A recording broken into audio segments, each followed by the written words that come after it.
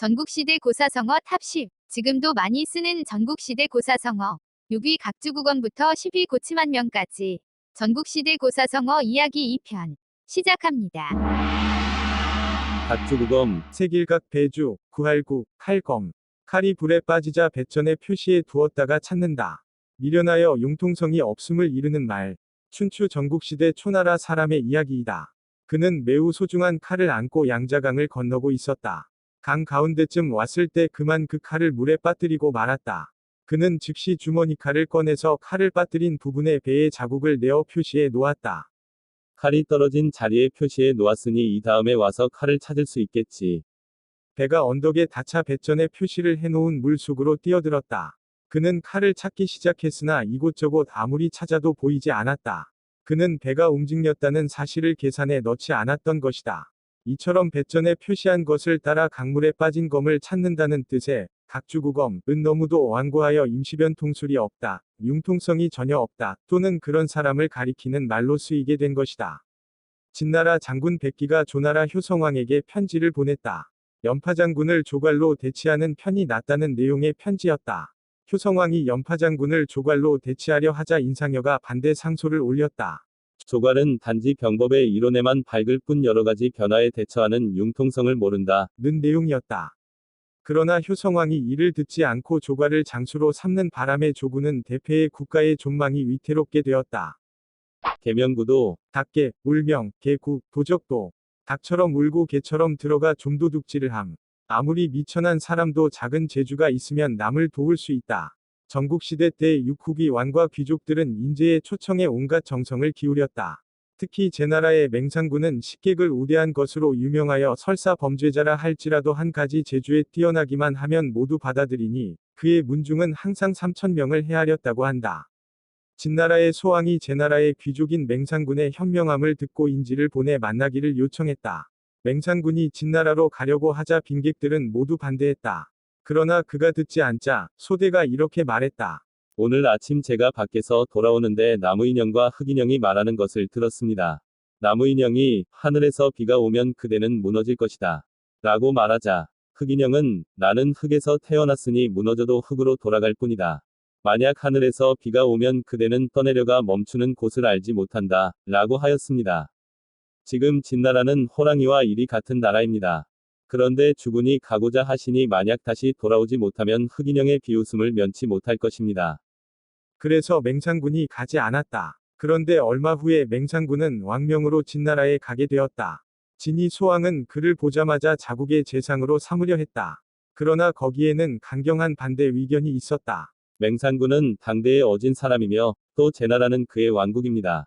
국정을 맡게 되면 반드시 자기 편 제나라의 이익을 생각하고 진나라의 일은 나중으로 미룰 것이니 위험합니다. 이리하여 소왕은 재상을 삼는 것을 그만두고 맹상군을 잡아 가두어 기회를 보아 암살하려고 했다. 이를 안 맹상군은 소왕의 애첩에게 사람을 보내어 석방토록 힘써주기를 부탁했다. 그러자 애첩은 이렇게 말했다. 그대가 가지고 있는 호백구 가탐이 난다. 맹상군은 원래 값이 수천금이나 되는 천하 일품인 호백구를 가지고 왔었는데 진나라에 와서 그것을 소왕에게 헌상해 버렸기 때문에 이 요구에 응할 수가 없었다. 그래서 식객 등과 위논을 거듭했지만 이렇다 할 묘안이 나오지 않았다.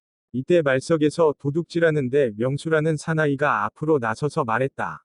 제게 맡겨 주십시오. 사나이는 한밤중에 개의 흉내를 내면서 궁중의 장고로 숨어들어가 용케 호백구를 훔쳐가지고 나왔다.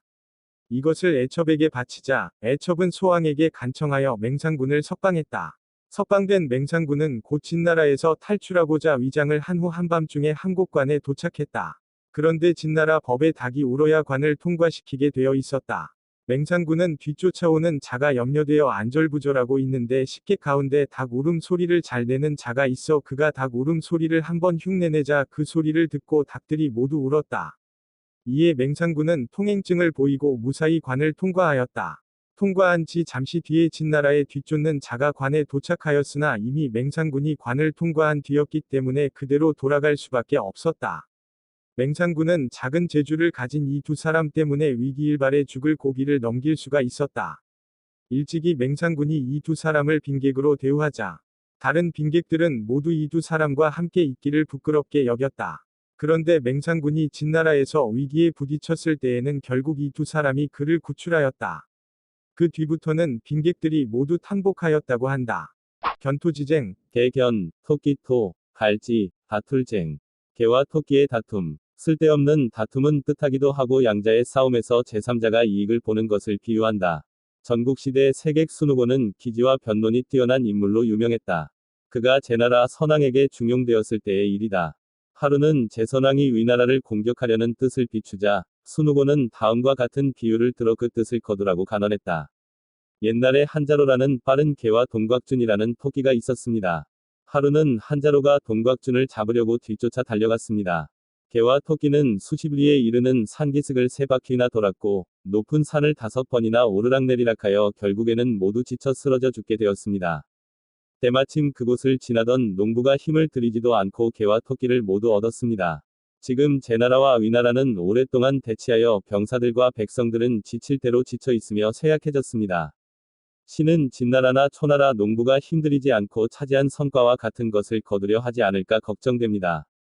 이 말을 들은 선왕은 자신의 계획을 중지하고 병사들과 백성들을 쉬게 했다. 제나라 수도인 임치는 태산 동쪽 약 150km 지점에 있는 전국시대 굴지의 대도시였다.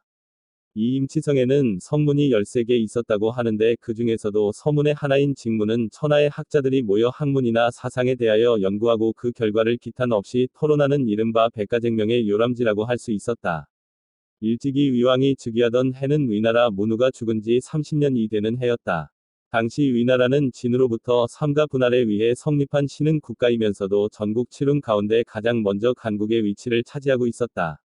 이처럼 위나라가 강하게 된 원인은 훌륭한 인재를 등용한 데 있었음을 안 위왕은 직문 부근에 호화 저택을 짓고 인재를 모아들여 학문 토론의 광장으로 삼았다. 그들에 대한 대우도 후한 급료를 주어 자유로운 토론과 연구를 하게 하고 일정한 일은 맡기지 않았으므로 이들 학자들은 다른 분야의 학자에게서 무엇인가를 새로운 지식을 얻으려 하였다. 이 직문의 초대 간부가 순우곤이었다는 설이 있는 점으로 미루어 보아 이 직문의 학자촌 건설이 순우곤이었다는 것인지도 모른다. 이 직문에는 여러 가지 사상과 학술을 연구한 학자들이 여러 나라로부터 모여들었다. 성선설을 주장한 맹자와 성학설을 주장한 순자는 시대가 다르기 때문에 서로 얼굴을 맞댄 일은 없었지만 같은 시대의 여러 학파의 학자들은 이 직문에 모여 매일 자유로운 토론을 하였다. 사람들은 이것을 가리켜 백가쟁명이라 불렀다. 제자백가로 불리는 각양각색의 사상을 주장하고 상대방의 학문 사상을 논평하는 것이다. 직문의 백가쟁명은 중국의 학문 사상의 황금시대였다고 할 수 있다. 토론과 논쟁으로 인하여 학문, 사상은 더욱 성숙, 발전되고 새로운 것을 창조해냈다. 이런 면에는 볼 때 제2위왕이나 선왕의 공적은 침략당한 토지를 돌려받거나 제나라의 위험을 널리 천하에 떨친 것보다는 직문의 학자를 모아 백가쟁명의 분위기를 보장하고 장려했다는 점이 더 높이 평가되어야 할 것이다. 필부지용, 한 마리 필, 사내부, 위지, 날래용. 마구 날뛰는 행동. 좁은 소견을 갖고 함부로 날뛰는 행동을 함. 제선왕이 맹자에게 물었다. 이웃나라를 사귀는 대방법이 있습니까? 맹자가 대답했다. 있습니다. 오직 인자만이 대국의 입장에서 소국을 섬길 수 있습니다.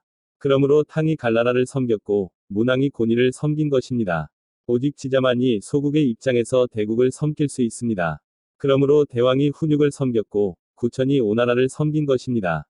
대국의 입장에서 소국을 섬기는 자는 하늘을 즐거워하는 자이고 소국의 입장에서 대국을 섬기는 자는 하늘을 두려워하는 자이니 하늘을 즐거워하는 자는 천하를 보전하고 하늘을 두려워하는 자는 자기 나라를 보전합니다. 시경에 이르기를 하늘의 위험을 두려워하여 이에 보전한다. 라고 하였습니다. 제선왕이 말했다. 크도다 말씀이여. 그러나 과인이 병통이 있으니 무엇보다 용기를 좋아합니다. 제선왕은 작은 나라를 받들기보다는 작은 나라를 합병하여 나라를 키워가고 싶고 큰 나라와 싸워 이김으로써 제후의 맹주가 되고 싶기 때문에 맹자의 가르침을 따르지 않고 이렇게 말한 것이다. 이에 맹자는 엄숙하게 말했다. 왕께서는 청컨대 작은 용기를 좋아하지 마십시오. 칼을 어루만지고 상대방을 노려보며 말하기를 저것이 어찌 감히 나를 당하겠는가 하는 것은 필부의 용기로 한 사람을 대적하는 것입니다. 왕은 청컨대 용기를 크게 가지십시오. 맹자는 용기를 좋아하는 왕의 마음을 근거로 하여 왕도 정치를 실행하는 방법을 제시한 것이다. 고침한 면, 높을 고, 백의 침, 편안한, 잘면, 근심이나 걱정 없이 편히 살아감. 전국시대에 큰 활약상을 보인 사람 가운데 소진과 장인은 각각 합종과 연횡으로 이름을 떨쳤다. 먼저 소진은 제, 연, 한, 의, 조, 초 6나라가 동맹하여 진나라에 대항하도록 했다. 이러한 소진의 합종책을 뒤집고 진나라가 유리한 위치에 설 수 있게 한 사람이 바로 장애였다. 장인은 진나라 해문왕의 신임을 받았다. 그는 진나라를 위해 일부러 재상직을 버리고 위나라의 재상이 되어 위나라가 진나라를 섬기도록 설득했다. 그러나 위나라 애왕은 당시 합종에 가담하고 있었으므로 장의의 주장을 듣지 않았다. 그러자 장인은 은밀히 진나라로 연락하여 위나라를 2차례나 공격하도록 했으며 한나라를 공격하여 대승을 거두었다. 일이 이렇게 되자 위 애왕뿐만 아니라 다른 제후들도 위협을 느꼈다. 이 기회를 포착한 장인은 애왕에게 이렇게 말했다. 이 나라는 영토도 좁고 병사도 적습니다. 그런데 사방으로 초나라나 한나라 같은 강력한 제후들이 핍박하고 있습니다. 위는 진을 섬기는 것이 최상입니다. 만일 진나라를 섬기게 되면 초나 한이 공격할 일은 없을 것입니다. 초와 한의 위협만 없다면 전하께서는 베개를 높이 하고 편안히 잘 수 있고 나라에도 근심이 없을 것입니다. 결국 애왕은 합책에서 빠져나와 진나라와 우호조약을 맺었다.